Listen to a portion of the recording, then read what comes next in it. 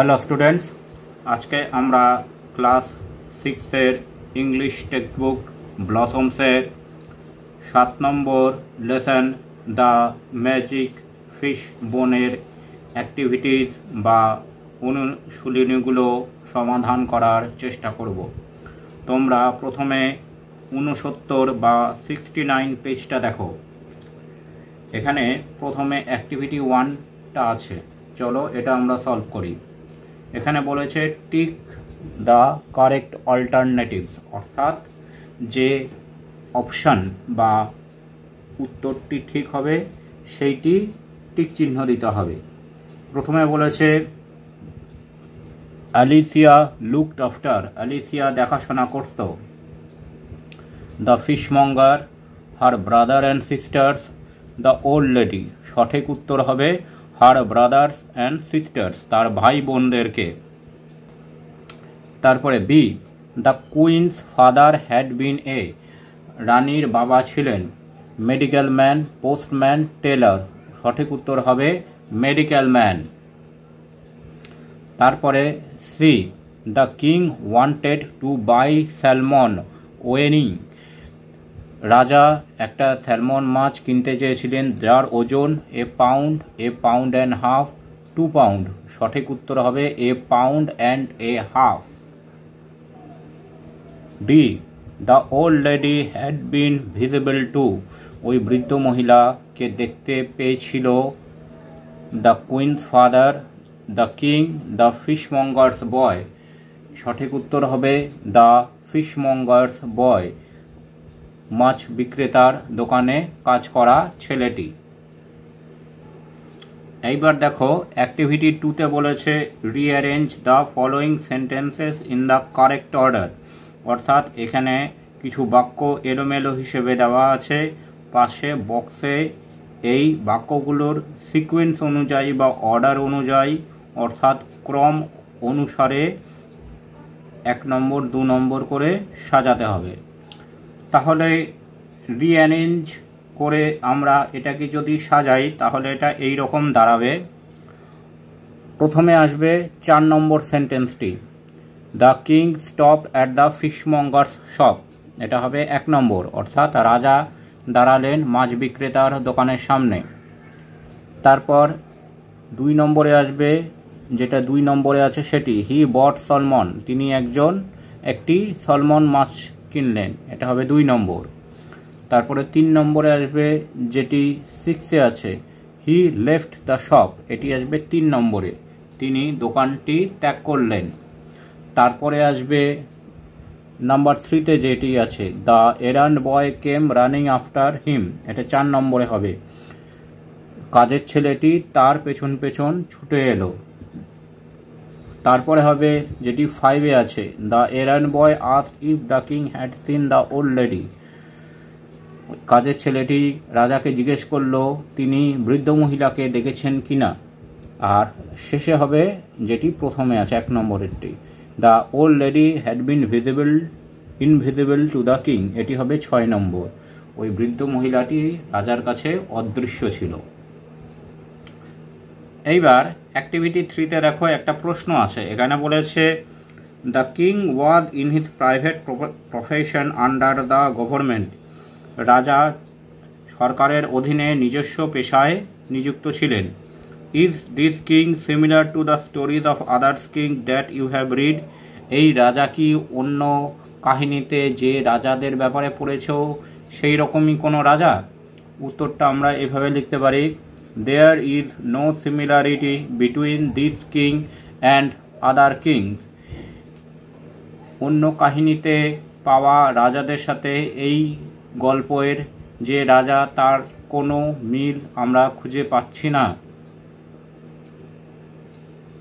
Hair the king is not the ruler but in his private profession under the government, এখানে রাজা কোনো শাসক নয়, তিনি সরকারের অধীনে নিজস্ব পেশায় নিযুক্ত একজন কর্মচারী। এইবার তোমরা 71 অর্থাৎ 71 পেজটি দেখো। এখানে অ্যাক্টিভিটি 4 আছে। এখানে বলেছে complete the following sentence with information from the text.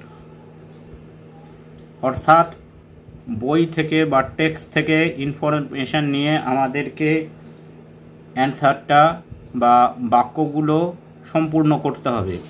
প্রথমে এতে বলেছে the old lady was dressed in, ওই বৃদ্ধ মহিলা পরিধান করেছিলেন হবে। তারপরে short silk of the richest quality, সব থেকে দামি এবং ভালো মানের সিল্কের কাপড়। তারপরে বিতে বলেছে king Watkins was the father of, রাজা ওয়াটকিন্স ছিলেন বাবা। তারপরে হবে answer the beautiful princess Alicia, খুব সুন্দরী রাজকুমারী অ্যালিসিয়ার বাবা ছিলেন। সিতে বলেছে দ্য ফিশ বোন ওয়াজ, ওই মাছের কাঁটাটি ছিল। তারপরে হবে the magic present for the beautiful princess Alicia, এই মাছের কাঁটাটি ছিল সুন্দরী রাজকুমারী অ্যালিসিয়াকে দেওয়া একটি জাদু উপহার। ডিতে বলেছে princess Alicia took care to, princess Alicia দেখাশোনা করত। Dry the bone, to rub it and to polish it, সে মাছের কাঁটাটিকে ভালো করে শুকিয়েছিল, তারপর ঘষেছিল এবং সেটাকে পালিশ করেছিল।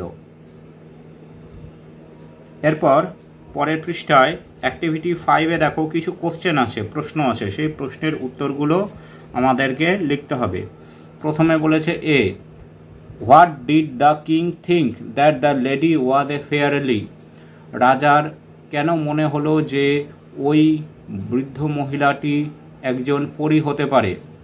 উত্তরটা আমরা এভাবে লিখতে পারি, the king thought that the old, এখানে OLD ওল্ড হবে, স্পেলিং মিস্টেকটা একটু ঠিক করে নিও, OLD old lady was A fairy because she could know his own name, the name of his daughter, and that the king was going to his office. রাজা ওই মহিলাকে ভেবেছিলেন যে তিনি একটা পরী হতে পারেন, কারণ ওই মহিলা রাজার নিজের নাম, রাজার মেয়ের নাম এবং রাজা যে অফিসে যাচ্ছেন এই সবগুলো তথ্যই ওই মহিলা আগে থেকেই জানতেন। তারপরে বিতে বলেছে what was the message given by grand Marina, grand Marina কি বার্তা দিয়েছিলেন। Answer the message given by grand Marina was that the king must invite Princess Alicia, who would leave a fish bone on her plate.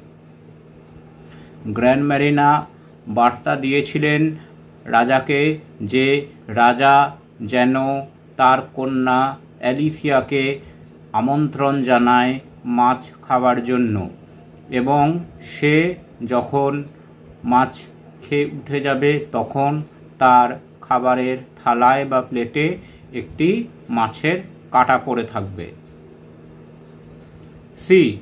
When did grand Marina vanish, কখন grand Marina অদৃশ্য হয়ে গেলেন। Answer after telling her message that the fish bone is a magic present which can be used only once, it will bring her what she wishes for only once, grand Marina vanished.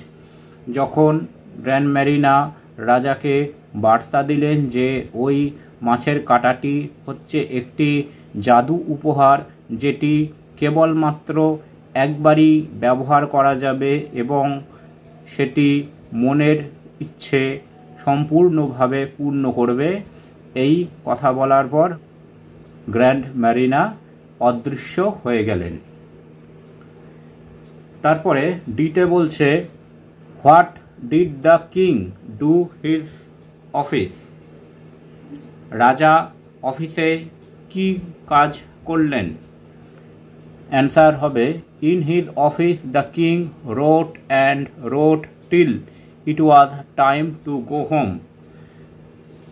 রাজা অফিসে লিখেছিলেন এবং শুধু লিখেছিলেন, লেখার কাজই করেছেন যতক্ষণ না তিনি আবার বাড়ি পৌঁছলেন। Thanks for watching this video. তোমরা ফেসবুক এবং ইমেলে কন্ট্যাক্ট করতে পারো।